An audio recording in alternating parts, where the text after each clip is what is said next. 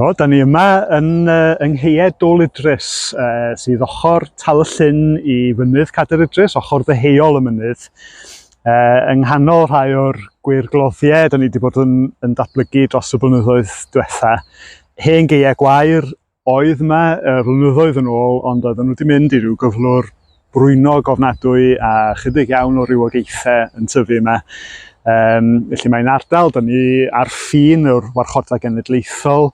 Mae'r tir yma ei hunan yn safle o ddiddordeb gwyddonol arbennig, yn bennaf am yr geomorffoleg, y tirffurfiau a daeareg y lle, ond mae yna lawer iawn o'r rinweddau eraill yn perthyn i'r safle, a felly gewn ni olwg yn fanylach ar y caeau yn y funud nawr.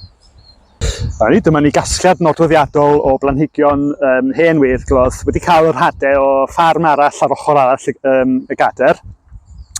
Dyma'r melynydd sydd yn fôr o felyn yn y cae yma yn hardd iawn ac yn eu plis nhw mae'r llyged tro bach a chydig o blanhigion sydd yn parasitic ar wreiddiau glaswellt fel yr effros yn fan hyn, blodyn bach hardd iawn a yr gribell felen sydd wedi mynd I had yn barod a mae yna filoedd ar filoedd o hadau yn y cae yma bydd yn help at flwyddyn nesaf.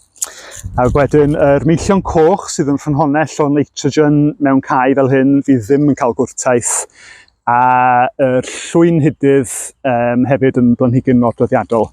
Dyna nhw, dyna gasgliad hardd iawn.